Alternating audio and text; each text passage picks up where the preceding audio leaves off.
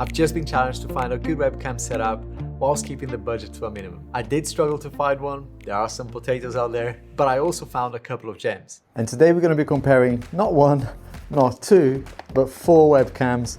This is the OBSBOT Tiny SE, which I really love. This is a 1080p camera, and so is this one. This is the Meet SE, and I'll be comparing the OBSBOT cameras and see how they perform against the Razer Kiyo camera and the C922 Pro camera from Logitech. Let's go. And to start things off, this is the OBSBOT Tiny SE, and we're just going to record a couple of things and talk about the key features. So this one obviously has got tracking, which is probably out of all of these the one that can only, that can do this best, and it's a really accurate tracking. Doesn't lose focus on yourself. Really good even in low light, as you're going to see later. The other cool thing about this is that both OBSBOT actually, you have HDR control. So this is HDR off, and I want you to pay attention to the window behind me. Clearly, that's what any camera will struggle with, right? Because it's very bright, sun coming through. If I turn HDR on, you will see the detail in that area. See, now you can see the shades a little bit more, and of course the whole image is a little bit richer. Some people might not prefer it. In some situations you might not need it. I actually quite like a non-HDR effect, which is for me more natural. I don't really mind that that's a tiny bit of overexposure behind me there. I quite like this look. Something else you can do in this is mess around with the audio, which is really good if you take this to a meeting in a cafe or whatever. You can commute with this, as I proved before in other videos. You can take this on a train, you can take this into the wild.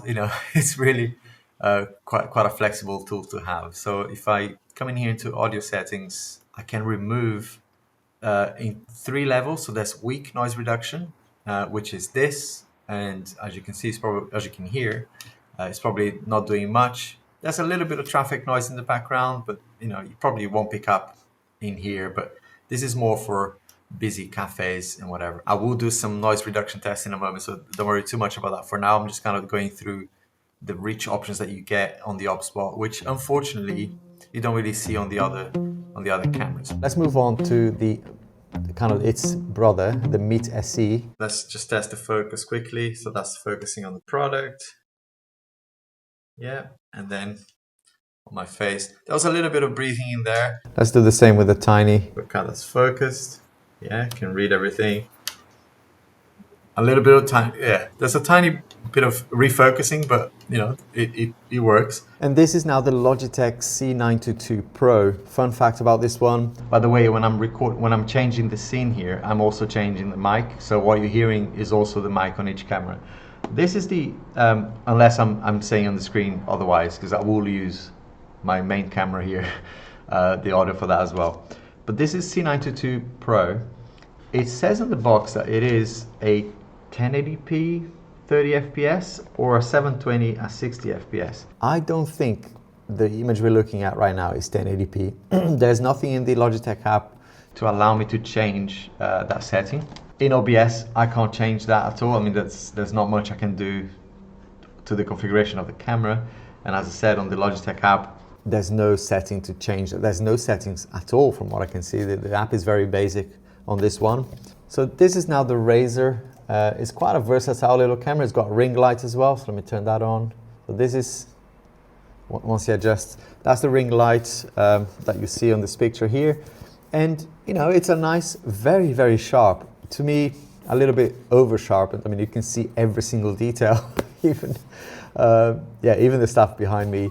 The leaves on that plant is very, very, the focus is everywhere, basically. There's no natural fall off. Just to give you another quick comparison, this is a Tiny SE. You can see it's kind of trying its best to make it, a natural fall off between the focus on my face and behind me. And when you go to the Razer, everything is a lot sharper.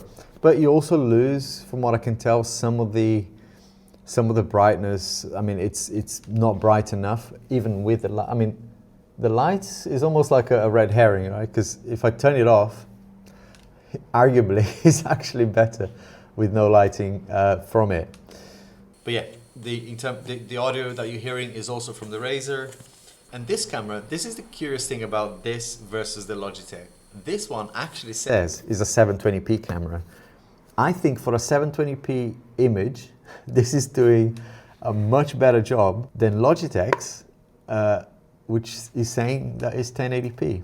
So something, I don't know what is going on with Logitech there, but the Razer is actually a decent one. I mean, a lot of gamers will use this brand for their gaming stuff, but I would say if you're after a more natural look, then the OBSBOT doesn't just seem to be, they clearly are the better options here. Even the colors, my shirt isn't that dark, my hat isn't that dark. It looks more natural on the OBSBOT, and you can, in the OBSBOT app, do quite a lot as well, as you know, as we'll show in a moment. It looks more natural on the OBSBOT, and you can, in the OBSBOT app, do quite a lot as well, as you know, as we'll show in a moment. But let's go back to the desk. Now, when it comes to the design, these are all very different with some pros and cons of each. Starting off with the OBSBOT cameras, they're clearly building on from the success of their 4K cameras with the SE models here, pretty much replicating the exact same design from an external perspective. The Tiny SE is arguably the most advanced of all the webcams we'll look at today.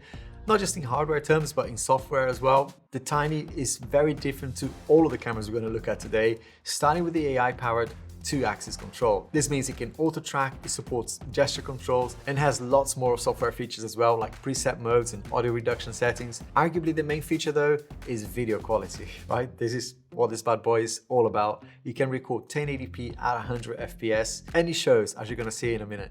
In all my tests, in all the side-by-side comparisons you see here today, this one outperformed all of the others. The Tiny SE has an unbelievable low-light performance. I'm not just saying this, but this makes this the best for me all-rounder camera here. Not too far behind it though, we have its little brother here, the Meet SE. This is all the same excellent image that the Tiny SE has, and the fact that it doesn't have a gimbal doesn't mean it can't do auto tracking. It can also do that, obviously within a limitation here.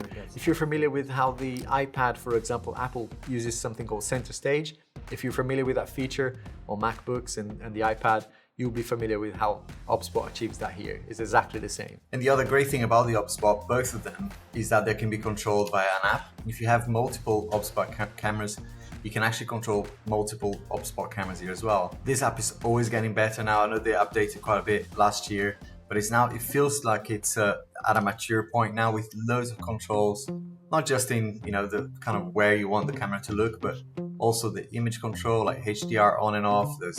You can control the autofocus, whether you know, it's a global autofocus or face, the exposure, a lot of compensation for color, anti-flickering, you know, white balance. There's so much that you can control in here. Control saturation, all that good stuff, even sharpness. And if you go to the More tab, there's obviously a lot more controls here, even in audio. For example, noise reduction, you can set off, weak, medium, or strong. There's loads you can do here from a framing perspective. You can even save your preset so that you don't have to configure this for every... You could have a home daytime sort of setup versus a nighttime sort of configuration here as well. And all you have to do is click one button when you connect. So it's really, really useful app. All the software goodies that we see on the Tiny, we also see here. Again, like it's the big brother, the most impressive thing for me on this camera is that it can record 1080p at 100 FPS.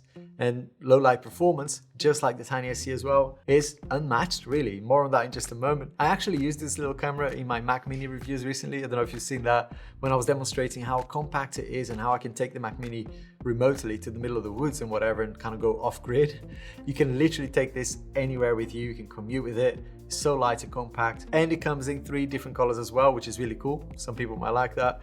Now the Logitech, this is the C922 Pro HD. As design goes, this doesn't get more traditional than that, right? It's when you think of a webcam, you probably imagine something that looks a little bit like this. This was at one point in recent years a top seller. I mean, I think it's, to be honest, starting to show its signs of age now. The design doesn't really take into account, for example, how monitors designed now with very thin bezels. You know, it's nice and protected. It's a very sturdy design here, but this massive chin here, yeah.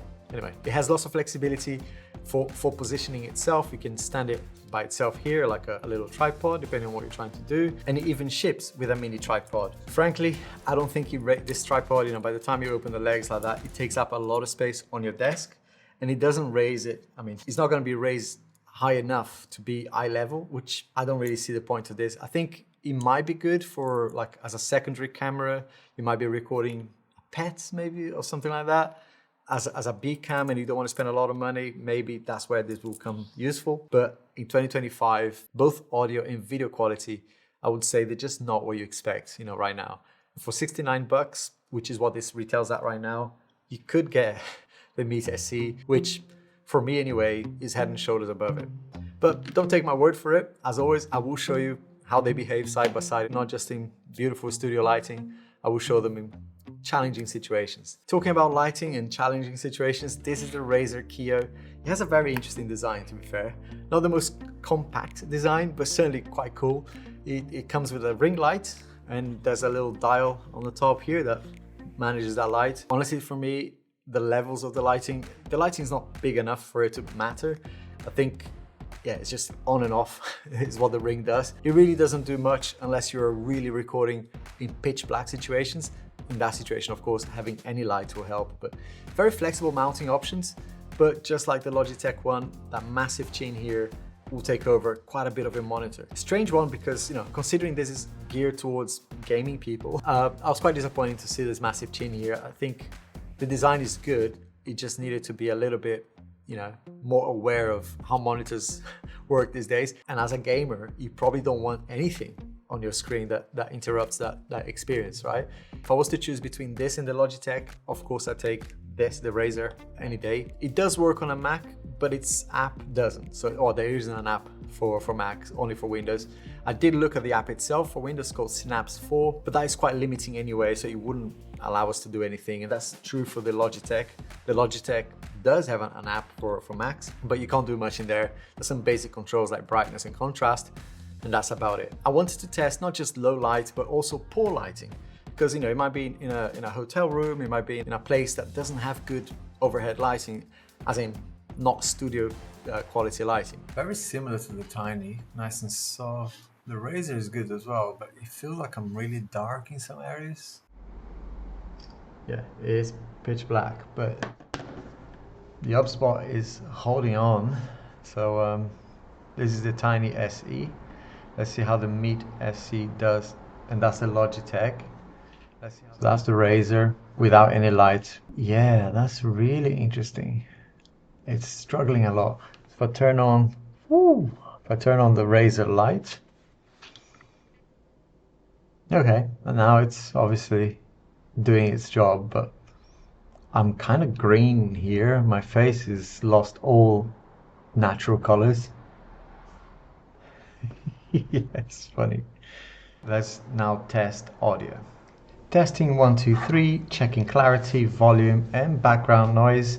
This is a microphone test of the Logitech C922 Pro HD stream webcam. What a name. Testing 1, 2, 3, checking clarity, volume, dodgy accents and background noise as well. This is the microphone test of the OBSBOT Tiny SE webcam with the background noise. Testing 1, 2, 3, checking for clarity, volume, dodgy accents and background noise. This is the OBSBOT Tiny SE webcam. Testing 1, 2, 3, checking clarity, volume, dodgy accents and background noise. This is a microphone test of the Razer Kiyo webcam. Testing 1, 2, 3, checking clarity, volume, dodgy accents and background noise. This is a microphone test of the OBSBOT Meet SE webcam. Another quick test that I wanted to include in this video here is a focus speed test. This really pushes the camera's autofocus settings, and I noticed that whilst recording here, this actually pushed the auto exposure settings too.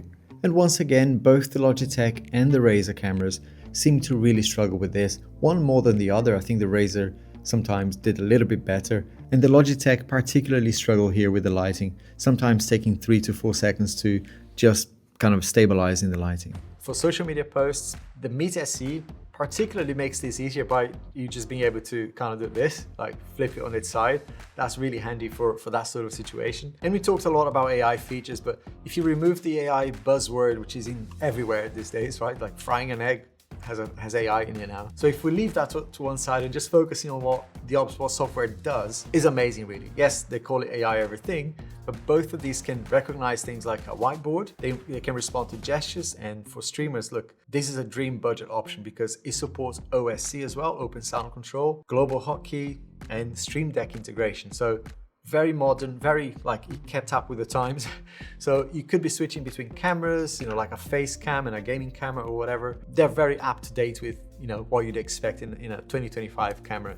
If I was to choose one, the most versatile, as I said, is the Tiny SE, followed very closely though by the $30 cheaper camera, the Meet SE. I could not, hand in heart, recommend the Logitech one, which is a shame because I do love Logitech products. They do some amazing things. I mean, I'm using a lot of their products here in the studio, but I think from a webcam perspective, this one it should be discontinued now. It's just too outdated, especially when you put it side by side with a camera that costs exactly the same, this tiny thing here. The Razer Kiyo, I'm not sure how to pronounce this, is the cheapest of the bunch, but I would place this in a solid third place today because yes, it has decent quality video, but when you compare that with others, it's just not the greatest. And the audio quality is just about usable. It's not terrible, but again, it's so far behind what you can get with the Tiny SE or the Meet SE. And a ring light, yes, that could be useful, but only in very dark situations that I showed you here. Sometimes turning this on or off makes no difference. But even without any light, I would say that the OBSBOT just looked way better. And I think that was the trend today. OBSBOT just seems to pack a lot of features in these little guys here, that even AI features, as they call it, in a budget-friendly package that I don't think other companies can today. I hope this was useful. As always, take a look around the channel, and if you like my stuff, it would be awesome if you subscribe.